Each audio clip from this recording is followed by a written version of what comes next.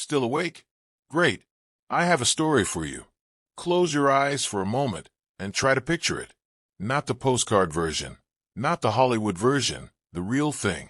You are somewhere in the Caribbean, let's say around the year 1710, and you are standing on the deck of a ship that smells overwhelmingly of tar and salt and unwashed men. The sun is so bright it hurts even through closed eyelids, and the heat pressing down on you is not the pleasant warmth of a summer afternoon, but something heavier, something that sits on your chest like wet wool and makes every breath feel like a small negotiation. The wood beneath your bare feet is rough and splintered, bleached almost white by months of that relentless sun, and it radiates a warmth that goes up through the soles of your feet and into your legs. Around you, the sea stretches in every direction, a blue so deep and so infinite that it seems less like water and more like the idea of endlessness made physical, made real, made something you have to actually live inside. Somewhere beneath the deck, something is rotting. It might be the ship's stores. It might be something you would rather not think about too carefully. There are ropes everywhere, dozens of them, looping and coiling across every surface like sleeping snakes, and they creak and groan in a private language that experienced sailors learn to read the way a doctor reads a pulse. The sails above you billow and snap in the trade wind, a sound somewhere between applause and argument, between celebration and warning. And the men around you, sunburned, scarred, tattooed in rough sailor's ink, are not doing anything dramatic. They are not fighting. They are not plundering. They are not standing dramatically at the bow with one foot on the rail, staring at the horizon with a look of magnificent purpose. Most of them, right now, are simply bored. That is the central paradox at the heart of piracy's golden age. We have inherited an image of pirates so vivid, so theatrical, so entirely satisfying that it has almost completely replaced the truth.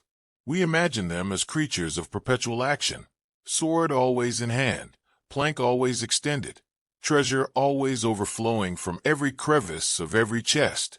But the real question, the one that almost nobody thinks to ask because the mythology answers it before we can even form the words, is this: between the raids, between the captures, between the storms and the sea battles and the dramatic standoffs, what did pirates actually do with their time? What were their days really like? What did they eat and argue about and fear and dream of? How did they govern themselves when no government wanted anything to do with them? How did they go slowly, quietly, magnificently crazy in the middle of the ocean, or manage, against all odds and all reasonable expectation, not to? Tonight we are going to explore all of that. We will follow the rhythms of a real pirate's day, from the first gray light breaking over an empty sea to the long, uneasy watches of the middle night. We will delve into the social world of the pirate ship, its surprising democracy, its genuine codes of conduct, its moments of real camaraderie, and its equally real brutality. We will investigate what pirates actually ate and drank, how they maintained their ships against the ocean's constant effort to reclaim them, how they handled sickness and terrible injury far from any port, how they spent their prize money when they finally reached shore, and what happened, eventually, inevitably, to the vast majority of them in the end. We will follow the pirates into the strange havens they built for themselves in the ungoverned corners of the world, and we will follow the navy that finally hunted those havens down. We will peel away the mythology layer by careful layer and reveal something more interesting than any legend has ever managed to be: the full, complicated, deeply human texture of lives lived at the very edge of the world as it was then ordered. Before we go any further, I want to say something directly to you. If you're listening to this right now, whether you're in bed, on a late night drive somewhere dark and quiet, lying on a couch with a blanket pulled up, I am genuinely glad you're here. This channel exists because there is something genuinely wonderful about learning in the dark, in the quiet, when the day has finally let you go and your mind is soft enough to actually take things in. If you find yourself enjoying what we do here, please consider subscribing and leave a comment below telling me where in the world you are right now. That is the question I find myself most curious about every single time. Are you in a city that is still humming outside your window, full of traffic and distant voices? Or somewhere so quiet tonight that you can hear your own breathing, the small sounds of the house settling around you? I read every one of those comments, and every answer surprises me in some way. Now, pull your blanket a little closer. Somewhere out there, in the dark water of your imagination, a wooden ship is riding at anchor, its rigging sighing in the wind, its lanterns throwing small orange circles of light across a deck that smells of tar and salt and the particular human warmth of men who sleep in close quarters. You can almost hear it. You can almost smell it. Now close your eyes and let the story take you. Dawn at sea arrives without sentiment. There is no gradual brightening of a familiar room, no alarm clock muffled by distance, no smell of coffee drifting under a closed door. What there is, instead, is the end of your watch, and with it, if you are lucky, the possibility of sleep. On a pirate ship in the early 18th century, the period historians call the Golden Age of Piracy, running roughly from 1680 to 1730, the crew was divided into watches, typically 2 rotating groups of men, each responsible for running the ship for 4 hours at a stretch, through the day and through the night. The day watch, the evening watch, the middle watch that ran from midnight to 4 in the morning and was considered the worst of all, the one that took the most from a man and gave the least back. When your watch ended, you were relieved by the other group, and you could sleep. On the deck if the weather was fair, below decks if it was not, in a hammock slung between beams in a space so crowded that the hammocks touched, rocking together in the ship's motion like a row of sleeping cocoons. You are, in this particular telling, an ordinary pirate, a foremast jack, in the language of the sea, one of the men who worked the forward part of the ship, the common sailors who performed the physical labor that kept the vessel alive and moving. You signed articles with this crew perhaps 6 months ago in a Nassau tavern, half drunk and fully desperate, after the merchant ship that employed you had put you ashore in a foreign port without paying you the 4 months of wages you were owed. The captain had a legal technicality on his side, or said he did, and you had nothing on yours except the knowledge that you had been robbed, and no mechanism in the world as it was then ordered by which to do anything about that knowledge. The articles you signed were not a formality. They were a real document, negotiated collectively by the crew, written down and witnessed, specifying your share of any prize taken, the compensation you would receive if you lost a hand or an eye in service of the ship, the rules governing behavior aboard, and the penalties for breaking them. Before you set your mark to that paper, you heard it read aloud, every clause, every provision, because the man who read it knew that half the men present couldn't read it themselves, and the tradition of pirate companies was that everyone understood what they were agreeing to. You pressed your mark alongside 38 other men who had, each in his own way, decided that the risks of this particular life were preferable to the certainties of whatever life they had left behind. The first task of any morning watch was the most fundamental. You checked the ship. You checked the rigging. All of those ropes, the standing rigging that held the masts upright against the force of the wind, and the running rigging that controlled the sails, looking for anything frayed, chafed, or wrong. A broken stay, a parted halyard, a block seized solid by salt and rust. Any of these could cascade into catastrophe if the wind came up. You checked the bilges. Every wooden ship leaked, constantly, inevitably, because wooden ships were made of planks that swelled and contracted with changes in temperature and moisture and with the constant working of the hull against the sea, and the water that seeped and had to be pumped out, by hand, using heavy wooden pumps that required sustained physical effort to operate. Pumping the bilges was nobody's favorite task, which is perhaps why it was one of the first jobs assigned at the start of any watch.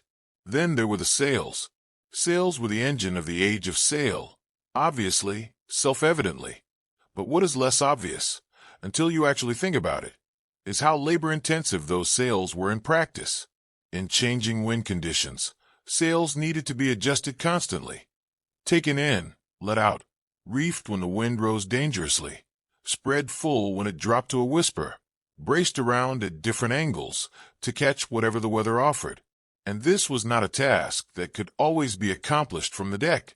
It required men to climb, to go aloft, as sailors said, onto the standing rigging, out along the yards, those horizontal spars from which the great square sails hung, sometimes 80 or 100 feet above a deck that was heaving and rolling beneath them, with nothing between a man and the sea below except his grip, his balance, and whatever relationship he had developed with fear.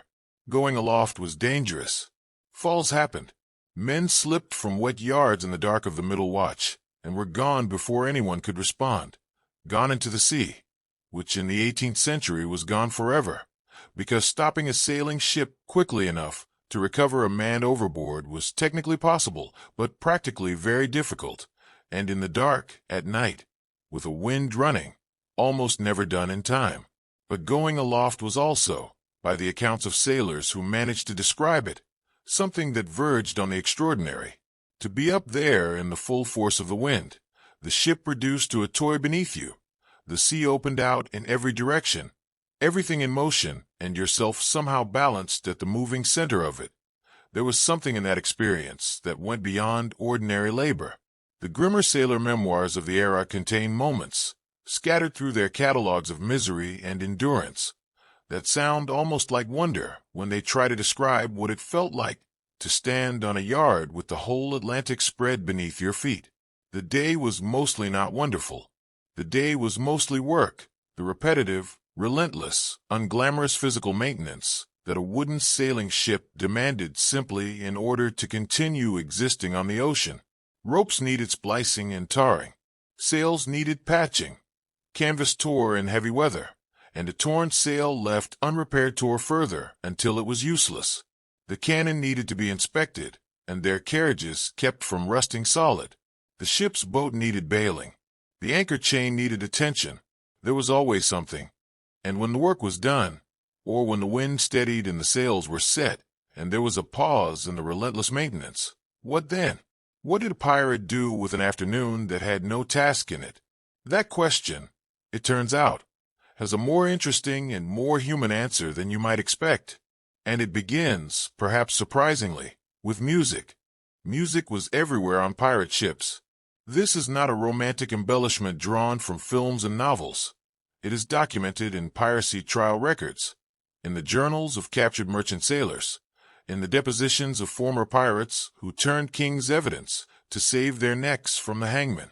When Bartholomew Roberts, Black Bart, the most successful pirate of the entire Golden Age, by the sheer number of ships he took, drew up the articles for his crew, one of the specific provisions stated that the ship's musician was entitled to rest on Sundays.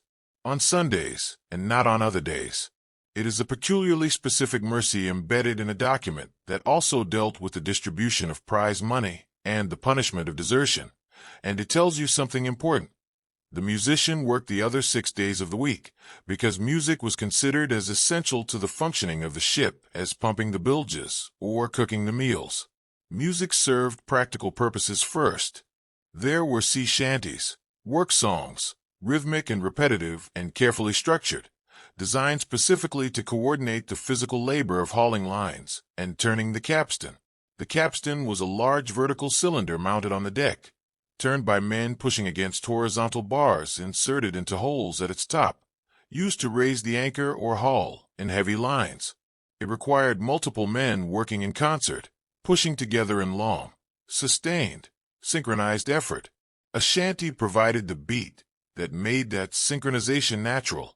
The chorus, the loud, emphatic, collective moment of the song, was the moment of maximum effort to push. The verse was the moment of repositioning, recovering, getting ready to push again.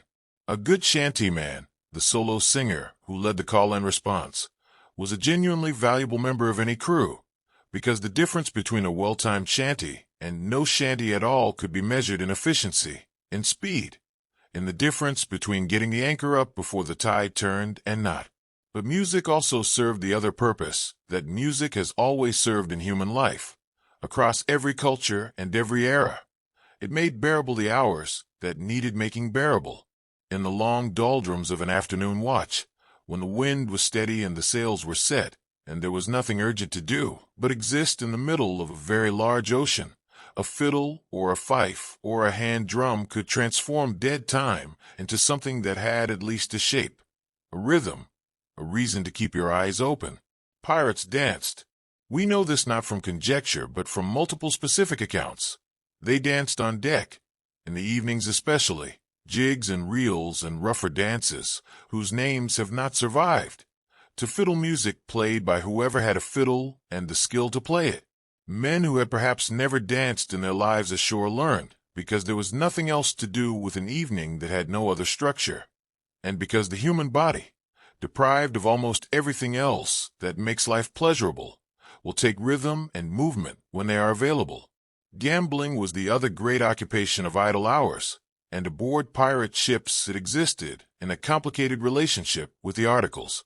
Several pirate codes explicitly prohibited gambling for money on board ship, a provision that seems paradoxical until you understand what lay behind it.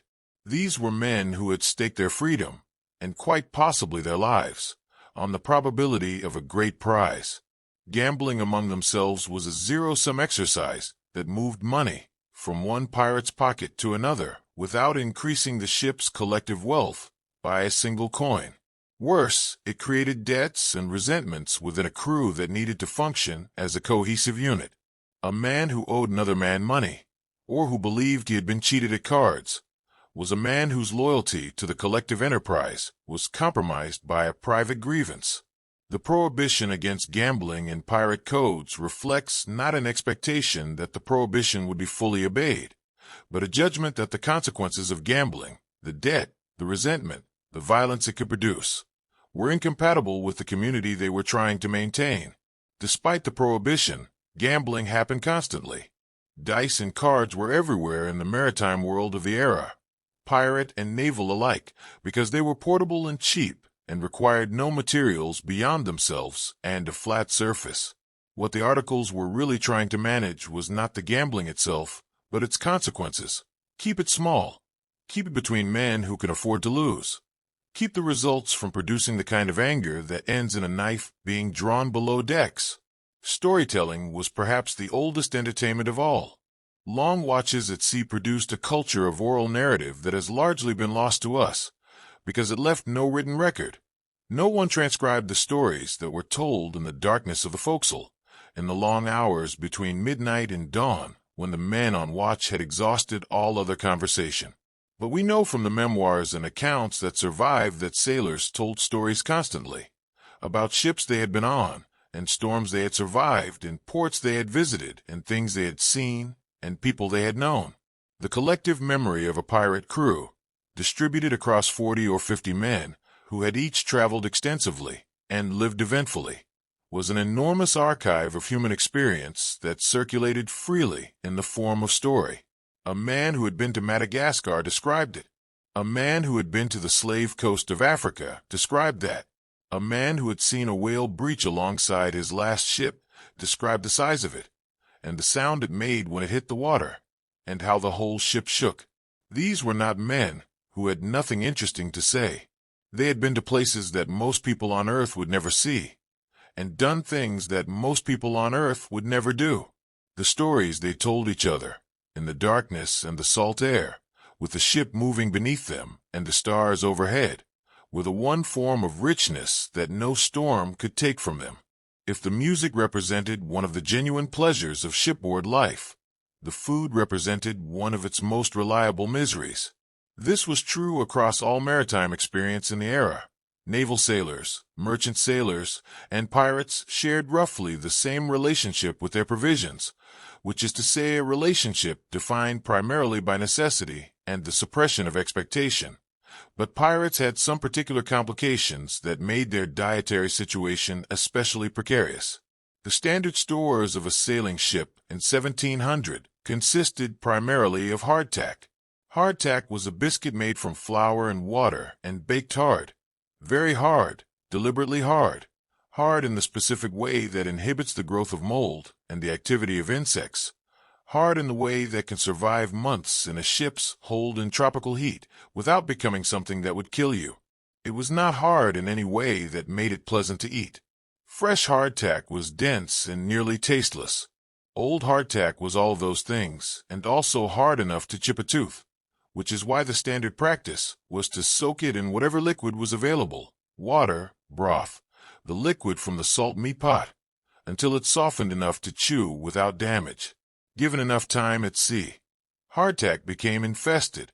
Weevils were the primary colonists, small beetles whose larvae bored tunnels through the biscuit, leaving behind a fine powder that mixed indistinguishably with the flour, and a population of small pale grubs that were, nutritionally speaking, protein.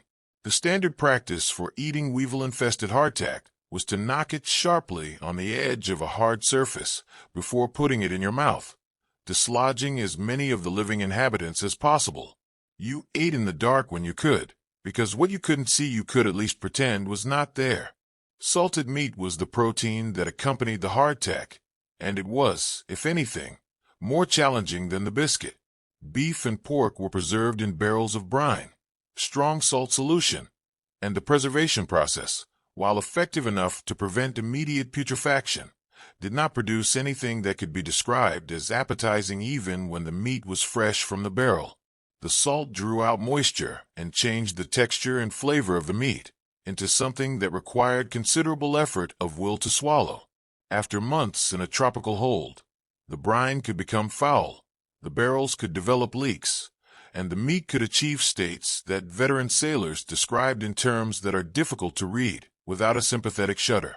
Fresh food was a luxury so profound that it bordered on the religious. When a pirate ship took a prize, among the first things the crew raided, before the coins, sometimes before the cargo, were the captured vessel's provisions. Fresh bread was treated as something close to a delicacy. Live chickens were transferred to the pirate ship and kept alive as long as possible, providing eggs before they provided meat.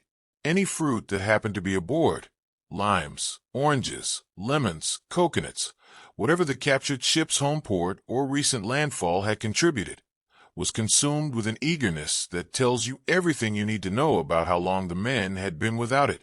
Water was its own problem, as profound in its way as the food.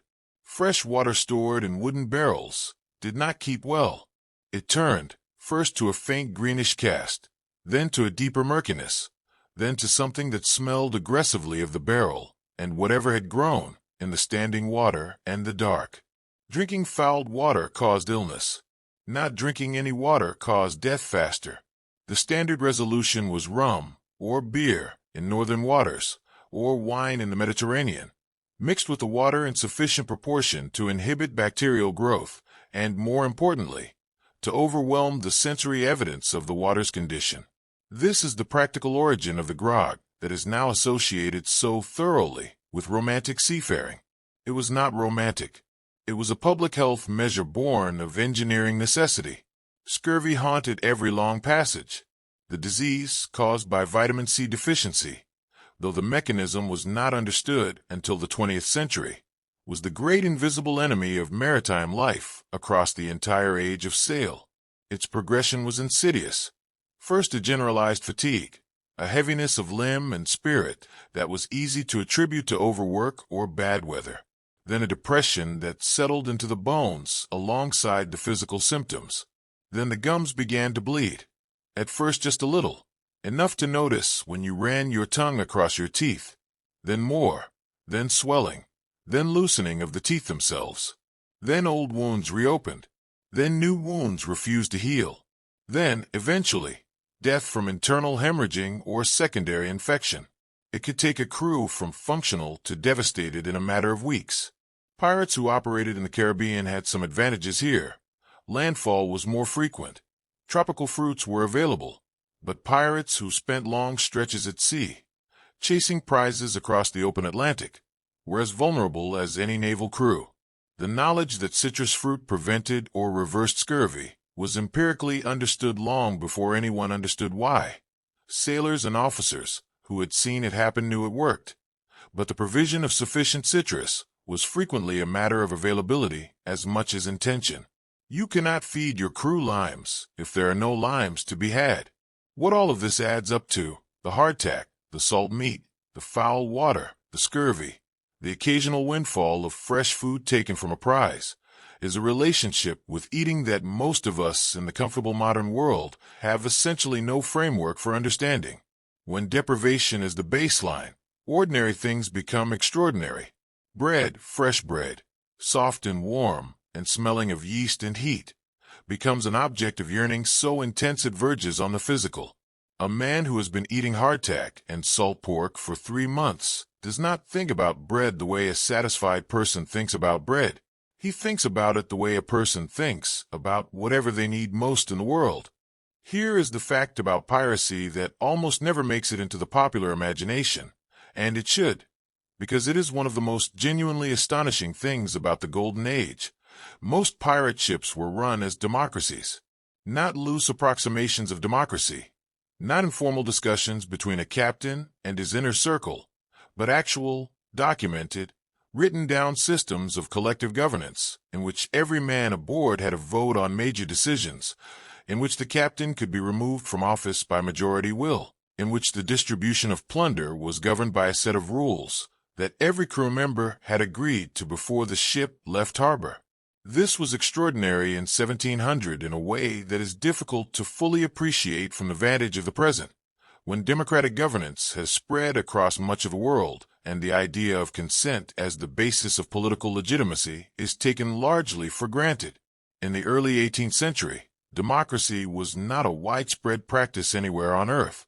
England had its parliament, which was itself the product of a long and violent struggle for power between crown and nobility. But it was a parliament elected by a tiny fraction of the population and representing the interests of a tiny fraction more.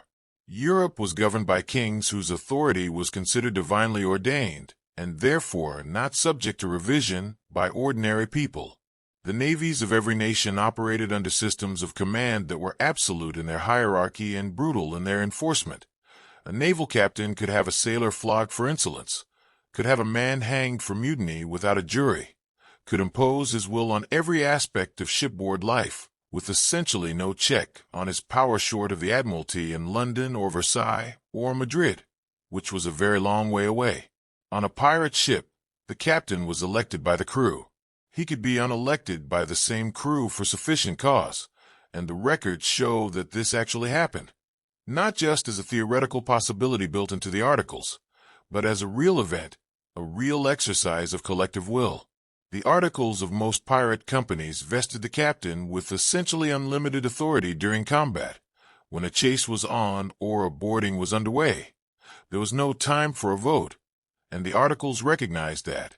But outside of combat, the captain operated within a framework of accountability that no naval officer of the era would have recognized as anything other than dangerous insubordination.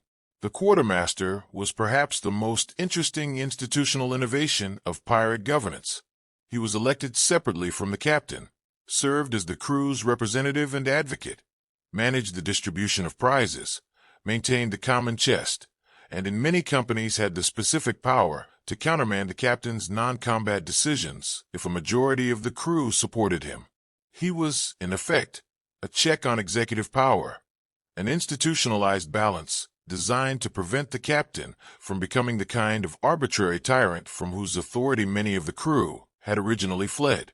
The articles themselves varied from ship to ship and crew to crew, because they were negotiated fresh for each voyage, but certain provisions recurred with enough regularity to constitute something like a common law of piracy.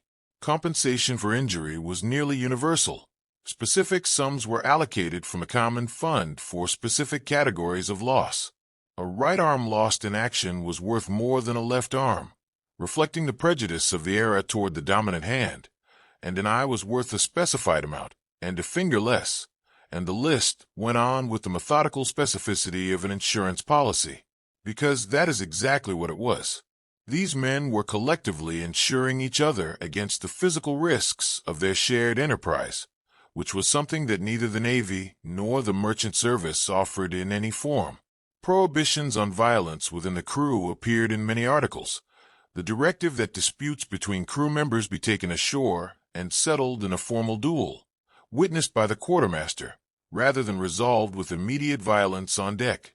Rules against stealing from fellow crew members. Rules about weapons. Many articles required that pistols and cutlasses be kept clean and in working order, because a crew that could not fight was a crew that could not survive. Rules about the lights being extinguished at 8 in the evening, which reads almost comically domestic, until you remember that candles on a wooden ship soaked in tar and loaded with gunpowder were genuine existential threats, and that drunken men with open flames had sent more than one vessel to the bottom.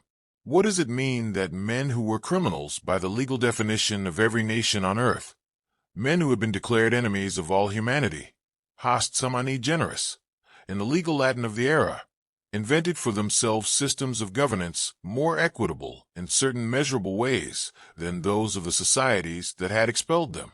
It means, I think, that the desire for fairness is not a product of civilization, but a precondition of it. That wherever human beings are thrown together in conditions of shared risk and mutual dependence, they will tend, not always, not perfectly, but with a persistence that ought to tell us something, toward arrangements that distribute the burdens and benefits of collective life, with at least a gesture toward equity. The pirates didn't read luck, but they worked out, from first principles and lived necessity, some of the same conclusions about consent and accountability, and the proper basis of authority. Let us be very clear about something that the adventure stories consistently get wrong. The best pirates almost never had to fight. Fighting, in the fully realized logic of the pirate enterprise, was a sign of failure, an indication that something in the approach had gone wrong, that the psychology had been mismanaged, that the reputation had not done its work. Think about it from the perspective of pure economic rationality. A pirate crew's objective was to take ships and relieve them of their valuable contents. A ship that was fought for was a ship that was damaged in the fighting, hull possibly holed, masts possibly shot away, cargo possibly destroyed by fire or ruined by water, crew possibly dead or fled. A ship that surrendered without resistance was a ship that arrived intact, with its cargo undamaged and its crew available for interrogation, ready to be inventoried methodically and picked over at leisure. From a business standpoint, the optimal pirate attack ended not with violence, but with the merchant captain looking at the approaching ship, calculating his odds, and concluding that his cargo was not worth dying for. This is why reputation functioned, in piracy, as literal capital. A captain known to treat surrendering vessels humanely, to take the cargo, take any skilled volunteers, and release the ship with its crew, gave merchant captains a rational incentive to surrender quickly. A captain known to harm prisoners regardless of their cooperation created precisely the opposite incentive. If the outcome was the same either way, you might as well make the pirates pay for their prize. The most commercially successful pirates were almost invariably the ones who understood this calculus and managed their reputations with something approaching deliberate strategy. The Jolly Roger was itself a piece of psychological technology. The appearance of that flag on the horizon was engineered to produce a specific emotional response in the captain of a merchant vessel, enough terror to be rationally persuasive, not so overwhelming as to trigger desperate, costly resistance. The variations in flag design were not random. Some pirates commissioned their own flags as personal branding, visual signatures that would be described by released captives and spread through merchant networks like advance publicity. When Bartholomew Roberts's flag, showing him standing in triumph on two skulls, was described in enough ports, the mere appearance of a flag matching that description on a distant ship's mast was itself a message. You know who this is. You know what happened to ships that resisted. Make your decision accordingly. The approach itself was an exercise in seamanship as much as intimidation. A pirate vessel needed to close with a target before that target could escape, which meant the pirate ship needed to be fast, generally smaller and more lightly loaded than a merchant vessel, with a larger ratio of sail to hull. The disadvantage of being smaller was reduced carrying capacity and reduced range. The advantage was speed and maneuverability. When a merchant ship was sighted and tried to run, the chase could last for hours or, in the open Atlantic with light winds, for days. A slow drama played out over vast distances of water, each ship working every variable it knew. Pirates lightened their ships during a chase, throwing unnecessary weight overboard, ballast stones, water casks, anything that was not essential. They wet their sails, which caused the canvas to stiffen and catch more wind. They positioned every crew member to optimize trim. They read the sky and the water for any shift in the breeze that might close the gap. And when they finally drew close enough, when the merchant vessel was within cannon range, they fired a warning shot, a single ball across the bow. The universal maritime signal meaning, stop immediately. The next shot will not be across the bow. The boarding action, when it came, was the most dangerous and most personal moment of the entire encounter. Grappling hooks were thrown across to pull the two ships together, and then men crossed, over the rail, across the gap, onto the merchant's deck, with pistols in one hand and cutlasses in the other. The goal was speed and mass, to get enough men across fast enough that organized defense became impossible, that the calculus of the merchant crew shifted definitively toward surrender. Every second of sustained combat increased the likelihood of casualties on both sides and damage to things that had monetary value. A quick, overwhelming boarding action that ended in immediate surrender was good for everyone involved, including the people being boarded. The inventory that followed was conducted with methodical seriousness by the quartermaster. He went through the captured ship's hold systematically. Every bale, barrel, crate, and chest opened, assessed, and noted. Coin and precious metal went directly into the common chest, to be divided by the articles when the time came. Cargo goods were evaluated: textiles, spices, tobacco, indigo, sugar, manufactured goods from Europe going to the colonies, or colonial goods going back to Europe. Some were kept for resale. Some were consumed immediately if the pirates needed them. The crew of the captured vessel were interviewed, sometimes individually, about their skills and their willingness. A surgeon was worth almost anything to a pirate crew. A navigator, a carpenter, an experienced gunner. These men might be recruited with genuine enthusiasm, and their agreement or refusal noted. Those who weren't needed or wanted, and who indicated no desire to join, were typically released with their ship once the cargo was removed, though the ship itself might be taken if it was better than what the pirates were already sailing. This was piracy as a business, methodical, calculated, and in its actual execution, far less dramatic than any film has ever managed to portray. Bartholomew Roberts took over 400 ships in 3 years of active piracy. 400. That is not the tally of a man who fought his way through every capture. That is the tally of a man who was very, very good at making other people decide not to fight him. There is a question that almost never appears in the romantic telling of piracy, but it should, because it is perhaps the most fundamental question of all. How did pirates know where they were? The ocean, seen from its middle, has no landmarks. It has no roads or paths, no signposts, no hills or rivers or church steeples by which a traveler can orient themselves. In every direction, the horizon is exactly the same distance away, roughly 5 kilometers from the eye of a man standing on a deck, give or take, and beyond it lies only more horizon, equally featureless.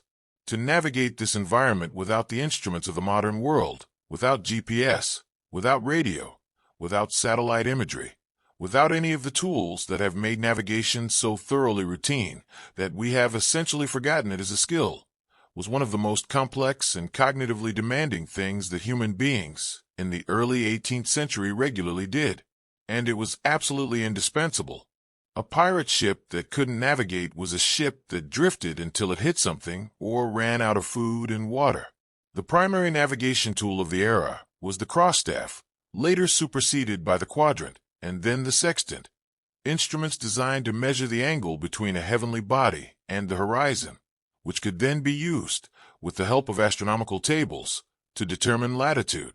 Latitude, your position north or south of the equator, was relatively straightforward to establish with these instruments on a clear day, because the sun's altitude at noon, or the altitude of the North Star on a clear night, gave you your latitude directly. An experienced navigator could establish his latitude reliably enough to be useful for practical sailing. Longitude, your position east or west, was an entirely different and far more vicious problem.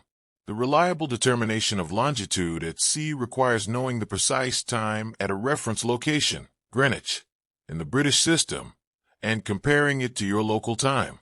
But precise timekeeping at sea, in an era before Harrison's marine chronometer, which was not practically available until the 1770s, was essentially impossible. Clocks of the era could not maintain accuracy through the motion, humidity, and temperature changes of a sea voyage. The result was that longitude had to be estimated using a technique called dead reckoning. You tracked your speed, your heading, and your time elapsed, and you calculated where you ought to be based on where you started. The accumulating errors of dead reckoning over a long voyage could place a ship many miles from where the navigator believed it to be, which is one reason that so many ships of the era ended on reefs and shoals that should have been well clear. For pirates, navigation was not just a technical challenge, but a strategic one. They needed to be where the shipping was. They needed to know the patterns of the trade routes, where the Spanish treasure fleets came through, where the merchant ships from the North American colonies crossed the Atlantic, where the slave ships moved between Africa and the Caribbean. This knowledge was partly learned from charts and partly accumulated from experience and partly stolen. Captured navigators were interrogated thoroughly, and charts taken from captured ships were treated as prizes almost as valuable as cargo. The best pirate navigators were men who combined formal training with accumulated sea knowledge, men who had worked in the merchant service or the Navy long enough to learn the professional skills of their trade before turning to piracy. They knew the stars, they knew the currents, they knew the seasonal patterns of the trade winds that govern movement across the Atlantic. They knew that the best time to be in certain waters was certain months, and they planned accordingly. A pirate ship in the wrong place at the wrong time might cruise for months without taking a single prize. A pirate ship in the right place at the right time, on the shipping lane between Havana and Spain in the hurricane season's brief lull, say, or off the West African coast when the slave ships were outbound, might take 6 ships in a week. The difference was knowledge. Navigation was not just about not running aground. It was about being where opportunity lived. The mythology is very certain about what kind of person became a pirate. He is dashing. He is romantic. He is fundamentally a free spirit who looked at the ordered world, with its hierarchies and its obligations and its suffocating respectability, and said no, quite cheerfully, with a raised glass and a flourish of the hat. He chose the sea and the freedom and the risk, because he was the kind of man who could not be contained by ordinary life. He is Jack Sparrow. He is Long John Silver. He is the charismatic outlaw who makes the rules of society look arbitrary, simply by refusing to follow them. And some pirates were, genuinely, something like this. The sea has always attracted a specific temperament, adventurous, restless, tolerant of physical discomfort and high risk, impatient with routine and resistant to authority. Some men went on the account, as going pirate was called, because they had genuinely weighed their options and found the pirate life the most appealing of the available alternatives. But the actual historical record, which is more voluminous than people generally expect, piracy trials generated enormous amounts of documentation, and colonial governments corresponded extensively about the problem, paints a picture considerably more complicated and considerably more melancholy than the romantic version. A large proportion of Golden Age pirates came from the merchant marine, and many of them came from it in circumstances that had little to do with adventure. Merchant sailors in 1700 occupied one of the most economically precarious positions available to an English-speaking man without property or education. They were hired for specific voyages and discharged at the end of them, frequently in foreign ports far from home.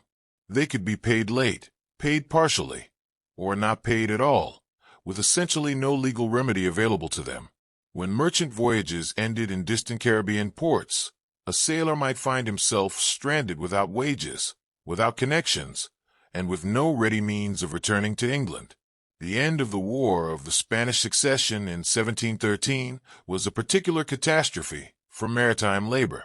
The war had employed tens of thousands of sailors and privateers, men licensed by their governments to attack enemy shipping, and its conclusion released them all into a peacetime economy that had no use for them. Wages collapsed. Conditions deteriorated further. Men who had spent years as privateers, doing work almost indistinguishable from piracy except for the letter of marque in the captain's desk, found themselves being told that their skills were no longer needed in a legal capacity.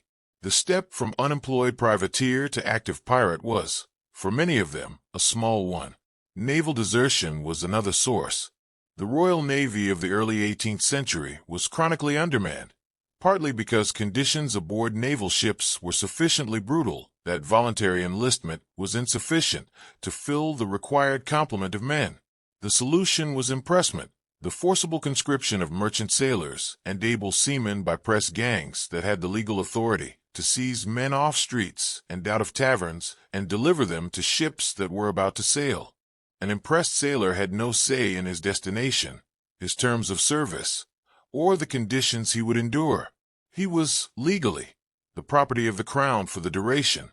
When men deserted from the Navy, and they deserted constantly, at every opportunity, they were already criminals. The additional step of turning pirate was, again, a smaller step than it might appear from the outside. When pirates explained themselves, in their trials, in their recorded statements, in the testimonies of men who sailed with them, the language they almost invariably used was the language of injustice. Wages withheld, beatings administered without cause, the contempt of officers who considered common sailors to be subhuman. These were not rationalizations invented after the fact. They were grievances with specific dates and specific amounts attached to them, real injuries that real institutions had inflicted and real legal systems had then refused to redress. This does not make pirates heroes. It makes them human. Human in exactly the way that the mythology, paradoxically, tends to obscure. The mythology needs them to be extraordinary, bolder, freer, larger than life. The reality is that most of them were ordinary men who had been treated badly by a world that had all the power, and who had decided, each in his own particular moment of desperation or opportunity or simple calculation, that there had to be something better than this. Nassau, Tortuga, Port Royal, before the earthquake swallowed it in 1692. St. Mary's Island off the eastern coast of Madagascar, where the Red Sea pirates refitted between raids on the Indian Ocean trade routes. These names carry a weight in the history of piracy that is partly legendary and partly genuinely earned. They were not mythical places, but they existed in a condition that the surrounding world found almost impossible to credit. They were places where pirates could walk openly, spend their prize money publicly, refit their ships without looking over their shoulders, and live, for a time, in a state that the law of every European empire had explicitly declared should not exist. Nassau in the early 18th century was the most famous, and the most flagrant, of all the pirate havens. The Bahamas were nominally British territory, but the colonial government was minimal, chronically underfunded, and in practice deeply sympathetic to the trade that piracy brought. The islands offered precisely what a pirate community required: a protected harbor deep enough to accommodate substantial vessels, reliable sources of fresh water and provisions, proximity to the shipping lanes of the Caribbean and the North American eastern seaboard, and a local civilian population that understood perfectly well who their customers were and asked no questions that the answers to might complicate the transaction. At its peak, Nassau harbored over 1,000 pirates at any one time. The harbor was crowded with ships in various states of readiness, some being careened and repaired, some newly arrived flush with prize money, some about to depart on new voyages. The town itself was a ramshackle, improvised thing, buildings of wood and salvage that had grown up around the harbor without plan or civic authority, organized around the taverns and trading houses that were its primary economic institutions. When pirates arrived in Nassau with a prize, the first order of business was almost always the same. They spent money. The economic rhythm of piracy, long stretches of poverty at sea punctuated by the sudden windfall of a successful capture, created a pattern of spending that was immediate, comprehensive, and by any conventional standard of financial management, catastrophic. Rum was consumed in quantities that are difficult to reconstruct precisely, but were evidently extraordinary. Wine from Spanish prizes. Brandy. Beer when nothing better was available. The drinking that began when a crew made port could continue for days, flowing from one tavern to another, from the ship's deck to a beach fire and back again, until either the money ran out or something happened that required the men to be functional again. Careening was the necessary work that interrupted the celebration, and it was not optional. Wooden ships accumulate growth on their submerged hulls with extraordinary speed in warm tropical waters, barnacles, seaweed, and most destructively the teredo worm, a marine bivalve that bores into underwater wood and can, given enough time, reduce a ship's planking to something resembling a sponge. A pirate vessel that depended on speed, and almost all of them did, because speed was the tactical foundation of their enterprise, could lose a third of its sailing ability to biofouling within a few months. Careening, the process of hauling a ship onto a beach and cleaning its hull, was typically done every 3 to 4 months of active sailing, and it required the full effort of the crew over several days. The ship was brought into shallow water or onto a suitable beach, its guns removed to lighten it, and then heeled over on its side, using lines run to the masts, the process of careening that gave the activity its name. The exposed hull was scraped clean of growth using adzes and scrapers, then treated with tar, sulfur, or a mixture of tallow and other materials designed to inhibit future growth. Then the ship was righted and heeled to the other side, and the process repeated. During careening, the ship was completely helpless. It could not sail, could barely be moved, and the crew was concentrated on shore, vulnerable to naval attack. Pirate havens that offered suitable beaches in protected locations were thus doubly valuable. They provided both the physical space for careening and the security that made it possible to undertake it safely. The shore leave that followed careening, or accompanied it when conditions allowed, was the other side of the pirate coin, the promised pleasure that justified the months of salt pork and bilge water and the perpetual grind of maintenance at sea. Men who had been confined to the company of 40 or 50 other men for months on end were suddenly in a place with taverns and merchants and unfamiliar faces and the possibility of human interaction that was not governed by the articles or the hierarchy of the watch. The freedom, however temporary and however constrained by the reality of pirate geography, was felt intensely. It ended quickly, usually. The money ran out, or word came, through the networks of information that flowed through port communities, that a Navy patrol was nearby, or a reliable source provided intelligence about a prize worth chasing. And then the articles were read again. Any new men who wanted to join pressed their marks to the paper, and the ship put back out to sea. Nassau, Tortuga, St. Mary's, they all watched this cycle repeat, again and again, their harbors filling and emptying with the rhythm of a trade that everyone knew could not last forever, even if nobody could say exactly when forever would arrive.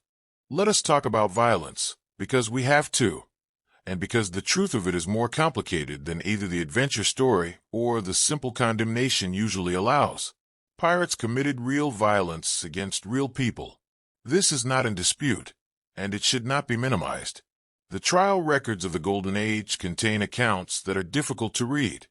Torture inflicted on captive sailors to force them to reveal the location of hidden valuables, killings that served no tactical purpose, and appear to have been driven by nothing more than cruelty or the desire to demonstrate power.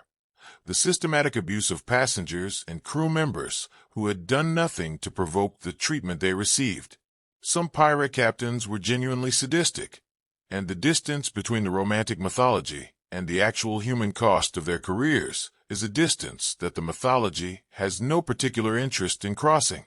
But violence among pirates was also constrained by calculation, by culture, and by something that appears repeatedly in the historical record and is not easy to categorize. A genuine moral code that distinguished between people who deserved harsh treatment and people who did not. The calculus of reputation, which we have already discussed in the context of making merchant captains surrender quickly, created a practical incentive for restraint. but the accounts suggest that the restraint went beyond pure calculation in many cases. Merchant sailors who cooperated, who offered no resistance and made the inventory of their ship's cargo straightforward, were frequently treated with something that could, given the context, be described as consideration. Their personal possessions, tools of their trade, small valuables, clothing, were often left alone, even when the articles gave the pirates technical right to them. They were given water and food. They were released with their ship when the taking of it was complete. The treatment of officers was a different matter, and it reveals something important about the moral universe these men inhabited. Captured captains and mates were routinely interrogated by the pirate crew, not about the cargo, but about themselves. Had this captain treated his men well? Had he paid them what was owed? Had he beaten them without cause, withheld their food, humiliated them in front of their shipmates? If the crew of a captured vessel reported that their captain had abused them, the pirate crew's response was frequently retributive. The captain who had flogged men arbitrarily might be flogged himself. The officer who had denied sailors their wages might find his personal goods distributed among men who had no wages to deny. This was not due process. It was not justice in any formal or reliable sense. The pirates who administered it were criminals. Their proceedings had no legal standing, and innocent men sometimes suffered alongside guilty ones when the interrogation was rough or the accusation imprecise. But the impulse behind it, the desire to make the powerful answer for their treatment of the powerless, in a world where no other mechanism existed for that accountability, was not simple brutality. It was something that had the shape of justice, even if it lacked justice's substance. How do we hold this?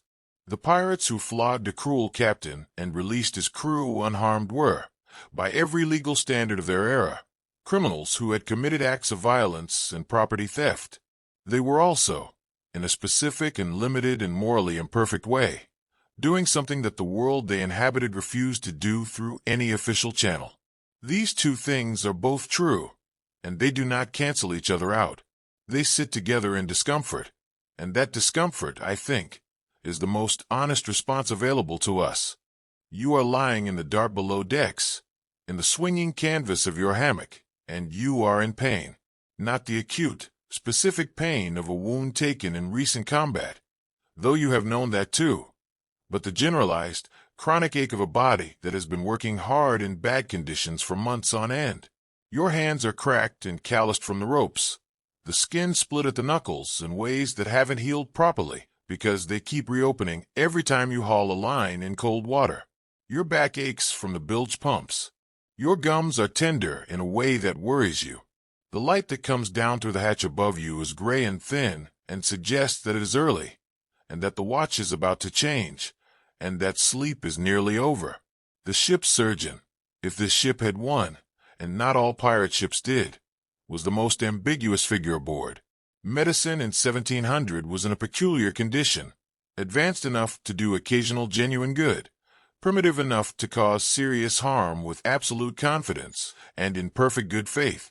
The medical theories of the era, the humoral system inherited from ancient Greek medicine, the doctrine that disease arose from imbalances in 4 bodily fluids, were almost entirely wrong, and the treatments derived from them were in many cases actively counterproductive. Bleeding, opening a vein with a lancet and removing a measured quantity of blood, was prescribed for fever, for infection, for the symptoms of diseases we now understand to be caused by pathogens and would treat in entirely different ways. It weakened patients who were already struggling. It occasionally killed people who might otherwise have recovered. What the surgeon was genuinely good at, and this sounds grim, but in context it matters, was amputation. The weapons of the age of sail produced specific categories of injury. Cannonballs that could take a limb off directly or shatter bone into fragments. Grape shot that patterned a body with multiple small wounds. Pistol balls that lodged deep in muscle and carried cloth fibers and powder residue with them. A wound that left bone fragments and foreign matter in a limb almost invariably became infected in the pre-antibiotic era, and infected limbs killed people slowly, painfully, and with a misery that could not be shortcut. A clean amputation, performed quickly, removed the site of infection, and gave the patient's immune system a chance it would not otherwise have had. The measure of a good military surgeon was speed. How quickly he could amputate a limb, have it cauterized or tied off, and move to the next patient. 30 seconds to a minute for an experienced man was a standard. The survival rates were not good by modern standards. They were far better than the alternative. Pirates placed exceptional value on surgeons, which is reflected in the articles of most well-documented pirate companies. The surgeon received an above-ordinary share of prizes, acknowledging his specialized skill, and captured surgeons were among the most consistently retained captives in all of piracy, pressed into service against their will more reliably than almost any other professional. The ethical situation of an unwilling pirate surgeon, a man who had taken oaths to preserve life, who was now practicing his trade in service of men who took life for a living, with no means of leaving and no recourse to any authority, is one of those small human dramas that the grand historical narrative of piracy tends to erase entirely. The pirate article's compensation clauses for injury deserve attention in this context. The men who negotiated those clauses knew what they were setting down. They knew that their work would leave marks on them, that they would be hurt, that some injuries would be permanent, that the sea and the violence of their trade and the simple physical demands of working a wooden ship across a demanding ocean would cost them things they could not get back. The compensation clauses were an act of collective acknowledgement. We know what we are asking of each other. We know this is going to hurt, and we are prepared, within our limited means, to recognize that cost and share it. It was imperfect.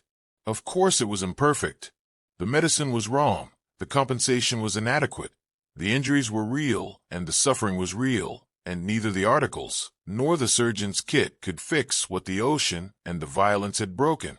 But the attempt, the willingness to look at the cost of a shared enterprise and say that the cost should not fall exclusively on the individual who happened to be standing in the wrong place when the cannon fired, was real too.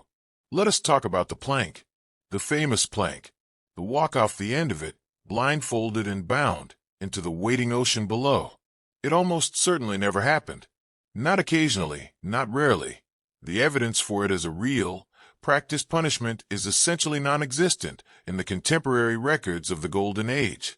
The piracy trial records of Nassau and London and Cape Coast Castle, the depositions of captured pirates, the journals of merchant sailors who encountered pirates and lived to describe the encounter, the correspondence of colonial governors who were tracking pirate activity carefully.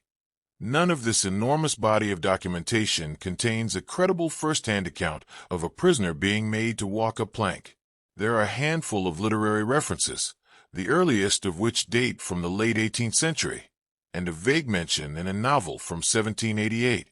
The plank walk appears, when you trace it back carefully, to be a fiction, a satisfyingly theatrical fiction that matched the image of pirates that readers and audiences wanted, and that therefore became, through repetition, part of the image itself. When pirates actually executed people, and they did, sometimes, they did it the way everyone else executed people in the era.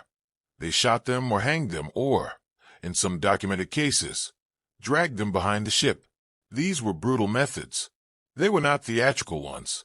The plank walk is theatrical to its core, a piece of stagecraft that belongs to the narrative tradition of piracy rather than to its operational reality. Buried treasure is the other great fiction, and it is a larger one. The image, pirates burying chests of gold on remote beaches, drawing elaborate maps, hiding their wealth in coded puzzles for future generations to solve, derives primarily from Robert Louis Stevenson's Treasure Island, published in 1883, and one of the most influential adventure novels ever written. Stevenson was not doing history. He was doing something better, from his perspective. He was writing a story that would entrance children and adults alike, and he succeeded magnificently. And the cost was that a significant portion of the world's population now believes that pirates buried treasure. Real pirates did not bury their treasure. The economics of their lives made burying treasure irrational to a degree that approaches absurdity. These were men whose relationship with financial planning was, as we have established, not their defining characteristic. They spent money immediately and comprehensively, on rum and gambling and provisions and women and whatever else support could provide. The idea of a pirate carefully digging a hole in a remote beach to conceal his hard-won prize, with the intention of retrieving it at some unspecified future date that might or might not arrive before his hanging, runs counter to everything we know about how real pirates thought about money, which was roughly that it was for spending now, because now was what they had. The eye patch, the hook hand, the parrot, the great three-cornered hat with the skull and crossbones. All of these have some basis in reality that has been dramatically exaggerated and standardized into costume. Eye injuries were common enough in the violence of the era that eye patches certainly existed. Prosthetic hooks existed for the handless. Exotic birds were brought back from tropical ports by sailors of all kinds. Fashionable cocked hats were taken from merchant captains and worn by pirates who appreciated fine things. But the assemblage of all these elements into a single definitive pirate costume, the look that every child recognizes immediately, is a 19th and 20th century construction, built up through fiction and illustration and eventually film into something that now feels more real than the reality it replaced. What did real pirates look like? They looked like sailors.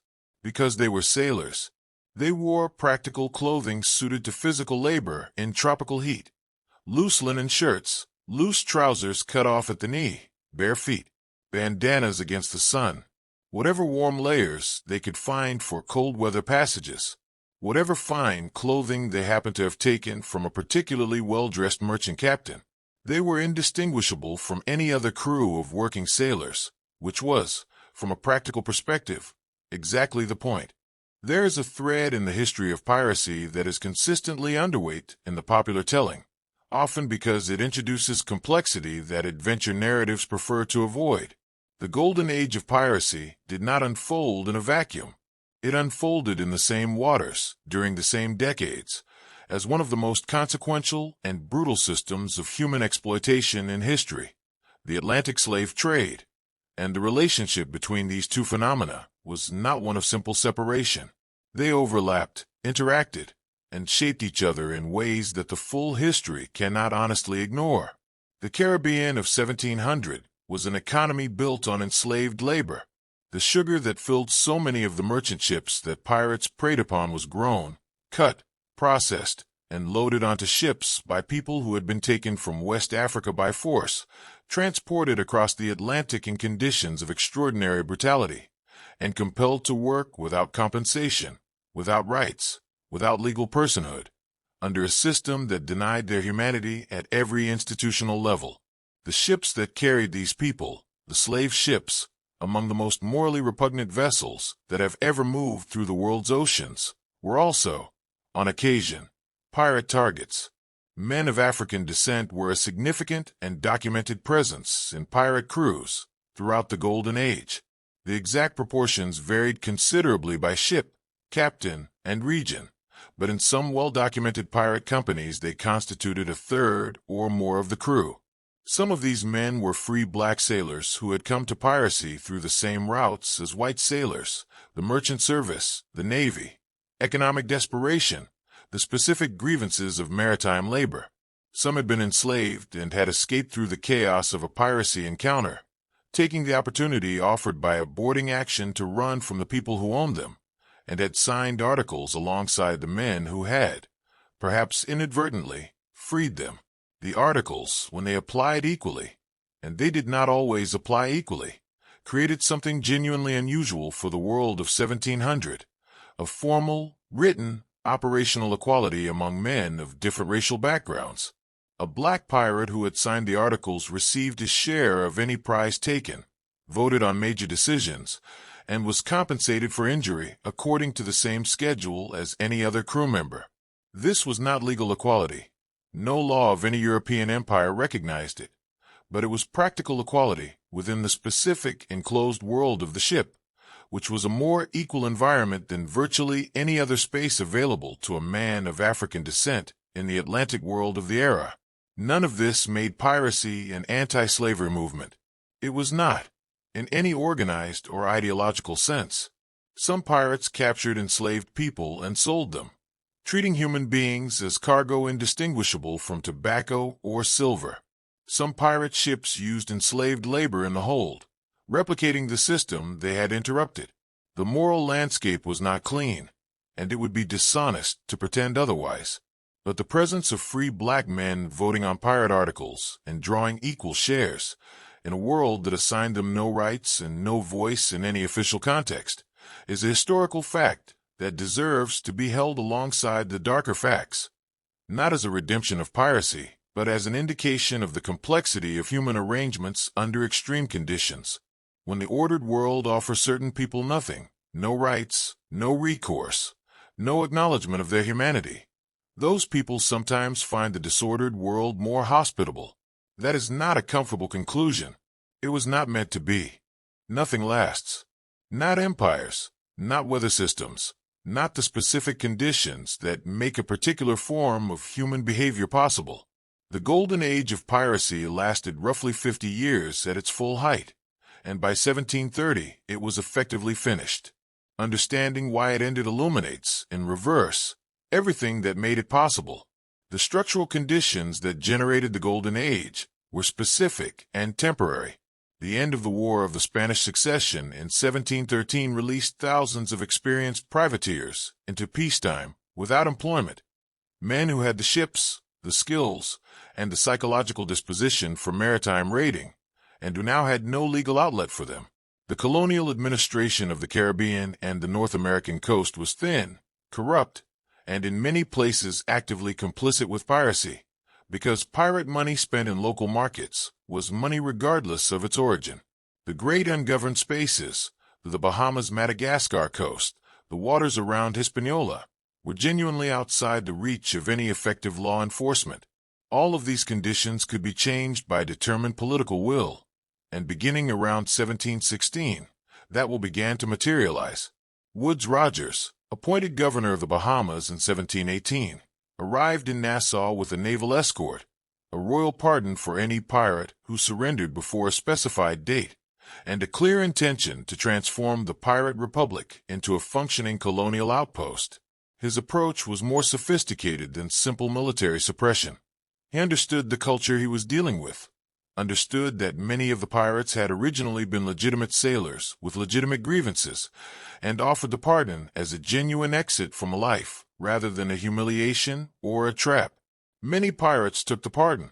Some retired genuinely, used their prize money to establish themselves in colonial society, and are visible in the historical record thereafter as small landowners, tradesmen, minor colonial figures. Others recidivated, took the pardon in May, and were back at sea under a pirate flag in September, either because the respectable life proved impossible to sustain or because the pull of the only community they knew was stronger than the appeal of the one they didn't. For those who recidivated, and for those who had refused the pardon from the beginning, the Royal Navy's campaign became increasingly deadly. The executions that followed were systematic and staged as spectacles, mass piracy trials at Nassau, at Boston, at Cape Coast Castle in West Africa, producing mass hangings that were attended by crowds and reported in newspapers.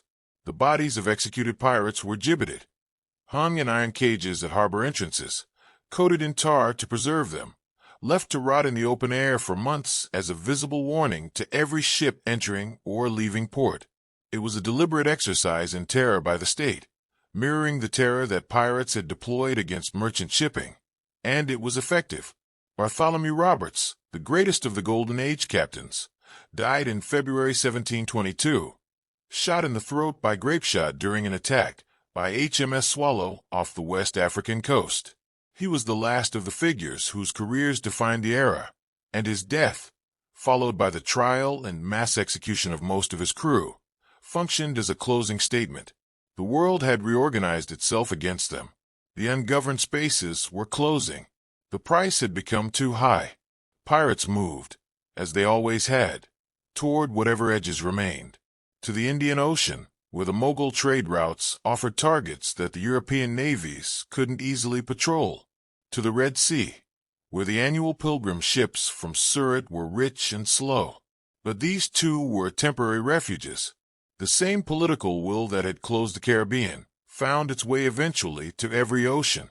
By 1730, the Golden Age was over, not because human nature had changed, but because the world had organized itself well enough to squeeze out the space it had needed. And so we have arrived, at last, at the end of the day. The sun is going down over the pirate ship, your ship, for the length of this story, and the sea is gone from that deep Caribbean blue to the deeper, stranger purple of late evening, and somewhere in the rigging the wind is making the small, intimate sounds it makes when the day's work is done and the ship is running quietly before a fair breeze. The cook has been below. The smell of smoke and something that might charitably be called stew has drifted across the deck. The men on watch are at their stations, and the men who are not on watch are doing what sailors in every age have done with the evening hours, talking, playing, arguing gently about things that don't matter very much, telling stories about places they've been. What does all of it tell us? What is a night spent inside the real texture of the Golden Age of Piracy? Not the mythology, not the Hollywood version, but the actual thing with its bilge water and its weevil-ridden biscuit, its democratic articles and its genuine violence, its music and its terrible food and its complicated codes of honor. What does all of that reveal about us? It tells us, first, that the desire for fairness is not a luxury that emerges only when basic needs are met. It emerges under pressure, in the worst conditions, among people who have every reason to be purely selfish and who nevertheless tend, with a persistence that should strike us as extraordinary, toward arrangements that distribute the costs and benefits of shared life equitably. The pirates who negotiated their articles, who specified to the piece of 8 what a lost limb was worth, who voted on their captain and retained the right to unvote him, these were not men working from a position of comfort or idealism. They were men who had been mistreated and who designed, from the raw material of their own experience, something more just than what had mistreated them. It tells us that freedom and community are not opposites, as the romantic version of the pirate story tends to suggest. The pirate who wanted to answer to no one found that answering to no one was not actually available as an option, because survival at sea required cooperation, and cooperation required rules, and rules required collective agreement. The articles were the instrument by which this tension was made livable.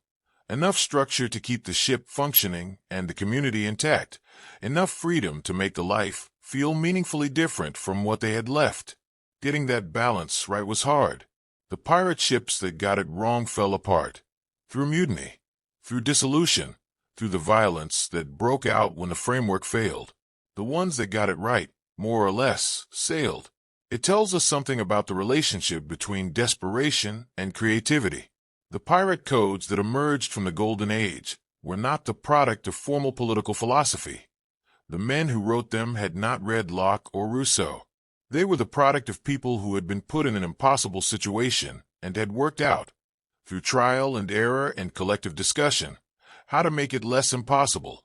In doing so, they produced governance structures that embodied principles, consent, accountability, proportional compensation, that were considered radical in formal political discourse and operational reality on pirate ships at the same time. The powerful and educated were still debating whether ordinary people were capable of self-governance. The pirates were running the experiment. It tells us, finally, something about what people want when you strip everything else away. When you take away the security and the comfort and the social validation and the ordinary pleasures of an ordinary life, what persists? What do people still want? Even in the middle of the ocean with nothing but hardtack and salt water and 40 other people whose company they have not chosen. They want music. They want stories. They want to matter to the people around them, to have their contribution recognized, to be part of something that feels, however briefly and however imperfectly, like it belongs to them. They want, in some form that the conditions allow, dignity. The pirate articles, with their elaborate compensation schedules and their democratic voting provisions, were attempts to institutionalize dignity in a world that had refused to offer it through any other channel. That impulse is not criminal. It is not piratical. It is simply human, persistent, stubborn, remarkably difficult to extinguish even in the worst conditions that history has been able to devise. And 300 years after the last of the great pirate captains was shot or hanged, or simply grew old and disappeared into the historical record, those same impulses are still at work. In every context where people are thrown together in conditions of shared risk and mutual dependence and insufficient resources, and the fundamental question of how to treat each other fairly. The sea is out there tonight, whether you are near it or not. Somewhere in the dark, water is moving. Somewhere 300 years ago, a man was standing watch in the middle of the Atlantic, listening to the creak and sigh of the rigging, watching the stars whirl slowly overhead, thinking about bread and fairness and what tomorrow might bring. He was sunburned and scarred, and probably missing a tooth. He was not what the stories say he was. He was more ordinary and more complicated and more human, which makes him, I think, far more interesting. And his questions about justice and freedom and the price of belonging to something have not stopped being asked. They have only changed the accent in which they are spoken. Thank you for spending this long night with me. Thank you for being in your bed, or your car, or wherever the dark has found you tonight. Whatever brought you here, I am glad you came. The story is done. The ship is quiet. The sea is enormous, and the stars are doing what they have always done. Sleep well. I'll be here when the night gets long again.